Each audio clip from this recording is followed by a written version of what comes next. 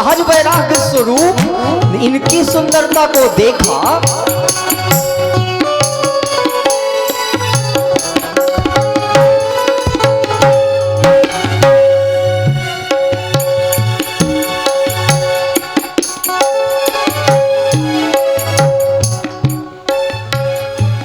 सहज विराग सहज विराग रूप मन मोरा, सहज विराग रूप मन मोरा, सहज विराग रूप मन मोरा, सहज विराग रूप मन मोरा। इतना ही नहीं तो इन्हीं बिलोकत अति अनुराग,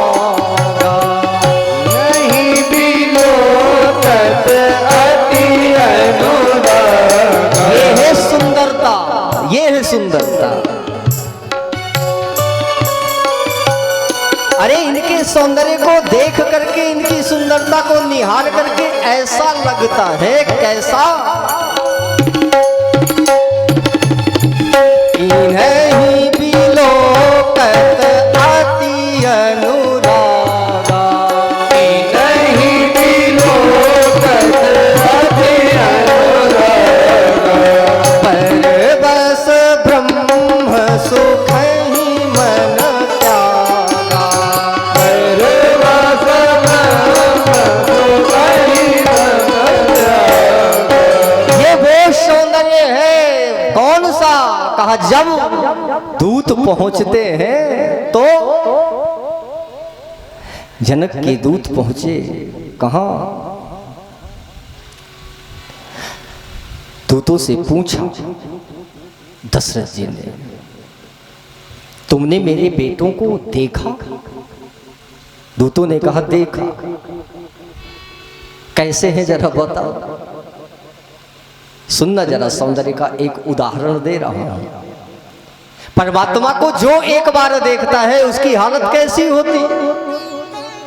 दूतों ने कह दिया महाराज, हमने जिस दिन से देखा है उस दिन से हमारी आंख में अब दूसरा कोई बात ही नहीं। अरे देव देखी तब बालक दो, अरे अब ना आंख तर आवत को,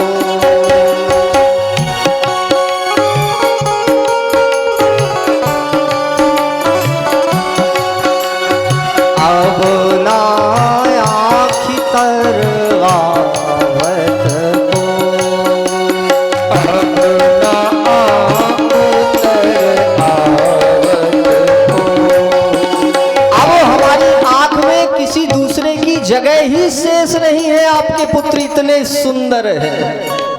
आदि गुरु शंकराचार्य ने एक जगह बड़ी प्यारी परिभाषा, विद्वानों के लिए एक उदाहरण दूं, बड़ी प्यारी परिभाषा लिखी परमात्मा का सौंदर्य कैसा है। आदि गुरु शंकराचार्य की परिभाषा, कितने सुंदर है भगवान। कहा छड़े छड़े यम नवताम पैती, छड़े छड़े यम नवताम पैती, छड़े छड़े यम नवताम पैती, छड़े छड़े यम नवताम पैती। तदैव रूपम रमणीयताया, तदैव रूपम रमणीयताया, तदैव रूपम रमणीयताया, तदैव रूपम रमणीयताया। परमात्मा कितना सुंदर। कहा छड़े छड़े यन, जो एक क्षण देखा जाए तो सुंदर। हमारे गोपाल जी बैठे हैं सामने, जरा एक क्षण देखो तो सुंदर, लेकिन परमात्मा कितना सुंदर। कहा छड़े छड़े यन, एक क्षण देखा जाए तो सुंदर, अगले ही दूसरे क्षण देखा जाए तो उससे भी ज्यादा सुंदर। बोलो वृंदावन बिहारी लाल की। ये है परमात्मा का सौंदर्य। और इस अपार सौंदर्य को जैसे ही ध्रुव ने देखा, भगवान ने कहा वरदान मांग, मैं आ गया देने के लिए। ध्रुव मुस्कुराए और मुस्कुरा करके कहा प्रभु क्षमा करिएगा, आप कौन से भगवान हो? भगवान ने कहा भगवान हूं। कहा कोई प्रमाण पत्र? भगवान ने कहा भगवान का भगवान होने का भी प्रमाण पत्र? ध्रुव ने कहा हाँ। आप ध्रुव नारद के चेला, भगवान होने का प्रमाण पत्र देना पड़ेगा? ध्रुव ने कहा हाँ। क्यों? कहा प्रभु जब मैं घर से चला था तो मेरी माँ ने मुझे कहला करके भेजा था, समझा करके भेजा था, ध्रुव जिस परमात्मा का दर्शन करने के लिए तू जा रहा है वो परमात्मा कैसा है? कहा सबके उर अंतर बसहु जानहु भाव कुभाव। सबके हृदय प्रांत के अंदर बैठा है, इसलिए अगर आप असली भगवान हो तो मेरे हृदय पर भी बैठ करके जान लो ना कि मैं क्या लेने आया हूं। आपको तो पता होना चाहिए अगर आप भगवान हैं। मुझसे पूछते नहीं कि वरदान मांग, भगवान जान गए ध्रुव मेरी परीक्षा करता है। और भगवान ने अपनी आजान बाहुभुजा आगे बढ़ाई, ध्रुव को नीचे से उठाया और उठा करके भगवान ने अपनी गोद में बैठाला और ध्रुव के लोल अमोल कपोलों का चुंबन लिया। कहा ध्रुव अब विश्वास है कि मैं भगवान हूं? ध्रुव ने कहा हाँ प्रभु अब विश्वास है, जो मैं लेने के लिए आया था आपने वो कर दिया। मुझे आपकी गोद चाहिए थी, आपने गोद में बैठा लिया। अब विश्वास है कि आप ही भगवान। भगवान ने कहा तो ध्रुव अब मांग। ध्रुव मुस्कुराए और मुस्कुरा करके कहा प्रभु आप दुनिया में किसको किसको देते हो? भगवान ने कहा सबको देता हूं ध्रुव, सबको। कोई ऐसा नहीं जो मेरे सामने भिखारी बन करके ना आता हो और उसको मैं देता ना। तू भी मांग, तुझे क्या चाहिए? ध्रुव ने हाथ जोड़ा और हाथ जोड़ करके कहा प्रभु मैं आपसे मांगू तो तब जब आपके पास देने के लिए कुछ बचा हो। अरे भगवान ने कहा ध्रुव सुन, अतल बीतल सुतल तलातल पाताल भूलोक भूआलोक स्वर्गलोक जललोक तपलोक बैकुंठ तक की कोई वस्तु मांग ले तेरी झोली में डाल दूंगा। ध्रुव मुस्कुराए प्रभु क्षमा करना, क्यों झूठी बात दुनिया के सामने चिल्लाते हो? भगवान ने कहा मांग करके देख। ध्रुव ने कहा प्रभु बार बार क्यों मांगने पर मजबूर करते हो? मैं कहता हूं आपके पास देने के लिए कुछ नहीं, मैं मांग भी लूंगा तो आपकी बेइज्जती हो जाएगी, अपमान हो जाएगा। भगवान ने कहा कैसे? अरे ध्रुव ने कहा प्रभु हमारे लोक में एक नियम है। भगवान ने कहा क्या? कहा हमारे पाताल लोक में अगर कोई व्यक्ति किसी व्यक्ति के बेटे को गोद ले लेता है तो उसकी चल अचल संपत्ति सब उसी की हो जाती है। इसलिए प्रभु आपने भी मुझे बैठाला कहाँ है? भगवान ने कहा गोद में। तो कहा बस आपकी चल अचल सारी संपत्ति ध्रुव की। बोलो सच्चिदानंद भगवान की। ये है भगवान का भक्त।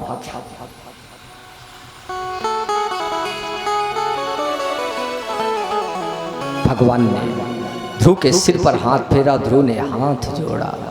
भगवान ने कहा ध्रुव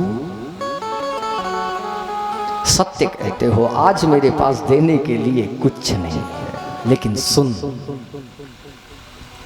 दूंगा तो आज तक इस त्रैलोक्य में मेरे जितने लोक थे उन लोकों के अलावा मैं एक अलग लोक का निर्माण करूंगा। क्यों? क्योंकि तुम मेरे ऐसे भक्त हो जिसने मेरे सामने मुझे ही मेरी गोद में बैठ करके मेरा सब कुछ छीन लिया। इसलिए मैं तेरे नाम का एक अलग लोक ध्रुव लोक बनाऊंगा। ध्रुव ने हाथ जोड़ा और चरणों में गिर पड़े। प्रभु एक चीज जो भक्त हमेशा भगवान से मांगता है, मैं भी आपसे मांगता हूं प्रभु।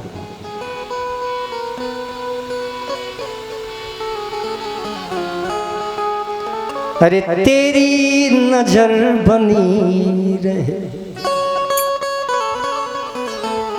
बस प्रभु तेरी नजर बनी रहे, दुनिया से हमको क्या कोई मतलब नहीं, कोई लेना देना। तेरी नजर बनी रहे, दुनिया से हमको क्या, तेरी नजर बनी रहे, दुनिया से हमको क्या, तेरी कृपा बनी रहे, दुनिया से हमको क्या, तेरी कृपा बनी रहे, दुनिया से हमको क्या, तेरी नजर बनी रहे, दुनिया से हमको क्या, तेरी नजर बनी रहे, दुनिया से हमको क्या, तेरी नजर बनी रहे, दुनिया से हमको क्या, तेरी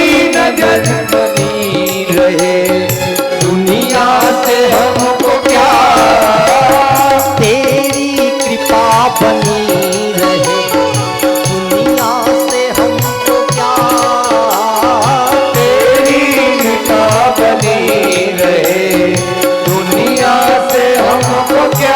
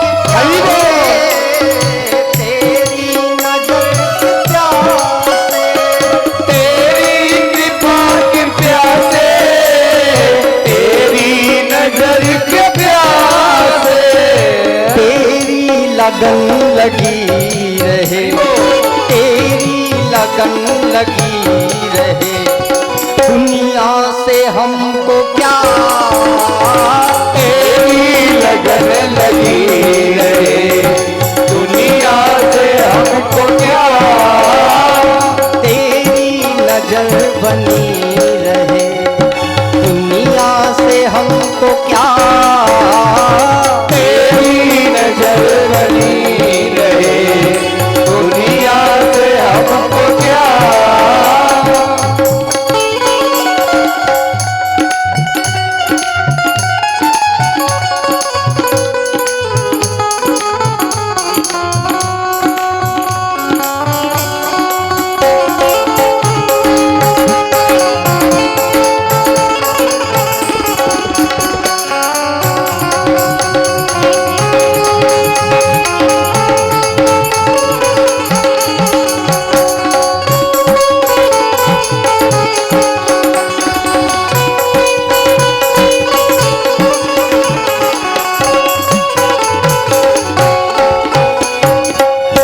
कभी कहो भगवान से,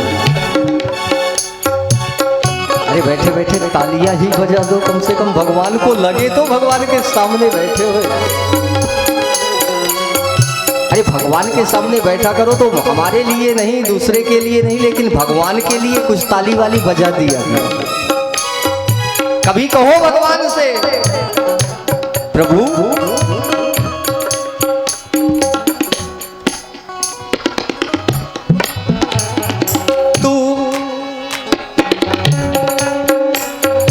तू ही है अपना प्यारा, नैनों का तू है तारा। तू ही है मेरा प्यारा प्यारा, नैनों का मेरे तारा। तू ही है अपना प्यारा, नैनों का तू है तारा। तू ही है मेरा प्यारा प्यारा, नैनों का तू है तारा। बस प्रभु तुझसे नजर मिली रहे, तुझसे नजर मिली रहे।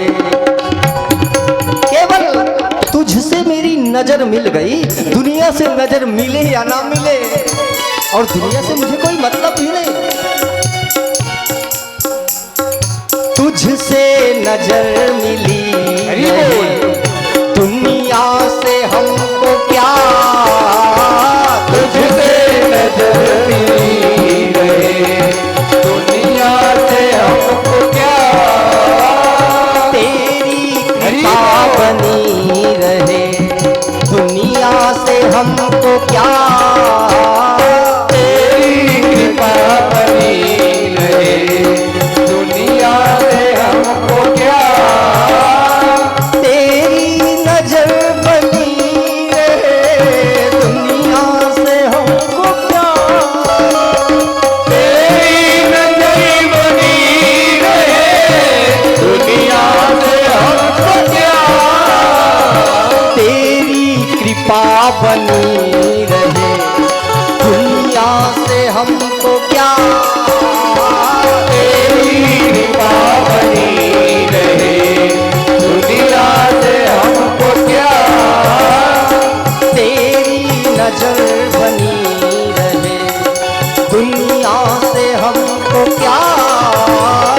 तेरी नजर बनी रहे, दुनिया से हमको क्या। तेरी कृपा बनी रहे, दुनिया से हमको क्या। तेरी कृपा बनी रहे, दुनिया से हमको क्या। तेरी कृपा बनी रहे, दुनिया से हमको क्या। तेरी कृपा बनी रहे, दुनिया से हमको क्या।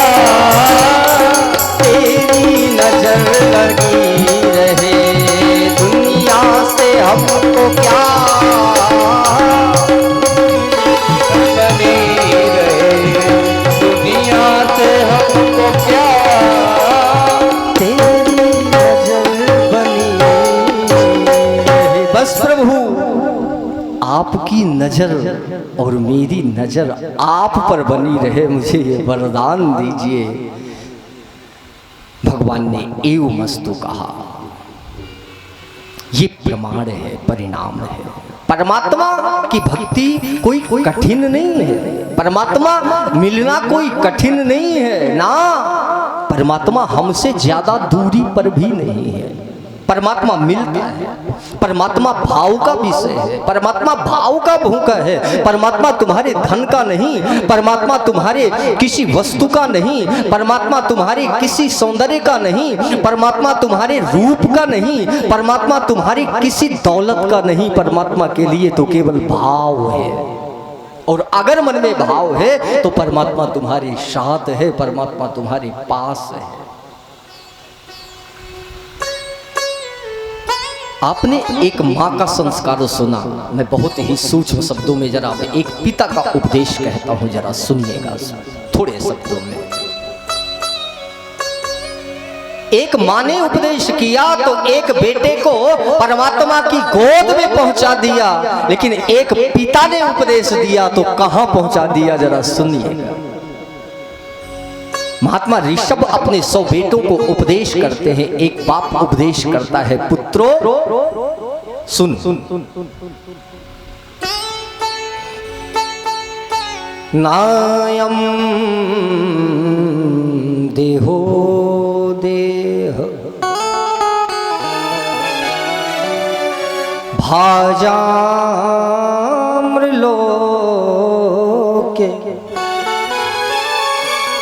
कष्टान कामान नरहते बिडभुजामये। पुत्रों ने हाथ जोड़ा, पिताजी कुछ बताइए, कुछ संस्कार दीजिए, कुछ बातें सिखाइए। पिता ने कहा, पुत्रों नायम देहो देह, ये देह जो तुम्हें परमात्मा की कृपा से मिली है, परमात्मा की करुणा से मिली है, ये परमात्मा ने तुम्हें इस देह को, इस शरीर को सुंदर बनाने के लिए नहीं दिया जगत ना। इस शरीर को केवल सौंदर्य सजाओ और इस शरीर को केवल सुंदर बना करके समस्त पदार्थों का उपभोग करो, केवल इसके लिए शरीर नहीं है। नायम देहो देह भाजाम्रलोके कष्टान कमान नरहते बिडभुजामये। अगर इस शरीर से करना है तो तपो दिव्यम पुत्र कायेन सत्वम सुध्ये तस्मात् ब्रह्म सौख्यम त्वनंतन। शुद्धे तस्मात् ब्रह्म सौख्यम त्वनंतम। अगर करना है तो इस शरीर से तपो दिव्यम, तप करो, तप। भगवान की भक्ति करो, पूजा करो, अर्चना करो, वंदना करो, उसे पुकारो, उसे बुलाओ और निवेदन करो, प्रभु इस आवागमन से मुझे मुक्त कर। उपदेश दिया और पुत्रों को उपदेश इतना लगा कि 9 बेटे तो घर के अंदर ही नहीं गए, राजमहल के अंदर ही नहीं गए, बाहर से ही वन की राह पकड़ ली, चले। कुछ को इतनी ग्लानि हुई, इतनी ग्लानि हुई कि सामने, पिता के सामने ही चिता लगाई। आज तक हमने इस शरीर को व्यर्थ बर्बाद कर दिया, निरर्थक गंवा दिया, अब इस शरीर को ही रहने नहीं देंगे। चिता लगाई और जल करके भस्म हो गए। एक बच्चा, एक छोटा सा बालक जाने लगा, पिता के पैर छुए, पिताजी मुझे भी कुछ। महात्मा ऋषभ ने सिर पर हाथ फेरा, बेटा अभी उम्र नहीं है तेरी, जाकर के राजगद्दी पर बैठ, राज सिंहासन पर बैठ। क्यों? क्योंकि इतनी बड़ी सत्ता पर अगर कोई बैठेगा नहीं, अगर कोई अधर्मी अन्यायी बैठ गया तो ये गद्दी बदनाम हो जाएगी, इसलिए तू बैठ, तेरा भी जब समय आएगा तब इस घर को छोड़ करके सन्यास ग्रहण करना। और उसी पुत्र को राजगद्दी पर बैठाला गया। उस बेटे का नाम था भरत।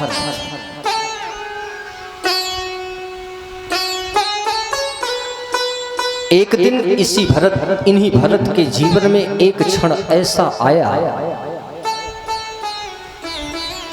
पिता का संस्कार पड़ा था और पिता का संस्कार जब पड़ा था तो समय आने पर जागा, और जब समय आने पर जागा तो घर छोड़ दिया और घर छोड़ करके आ गए। गंडकी नदी के किनारे एक कुटिया बनाई, एक आश्रम बनाया और उस आश्रम पर ही निवास करने लगे। एक दिन एक घटना घटी उनके जीवन में।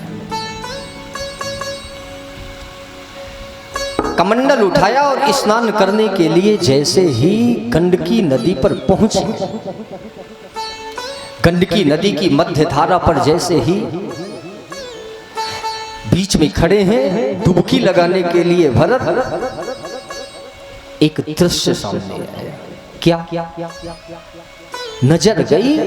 एक नदी के ऊपर टीले पर, चोटी पर एक हिरणी जो गर्भवती थी, भाग रही थी, दौड़ रही थी। भरत ने देखा दौड़ क्यों रही थी? क्यों? क्योंकि उसके पीछे एक सिंह था, शेर। ये दृश्य भरत अपनी आंखों से देख रहे हैं, जरा समझना।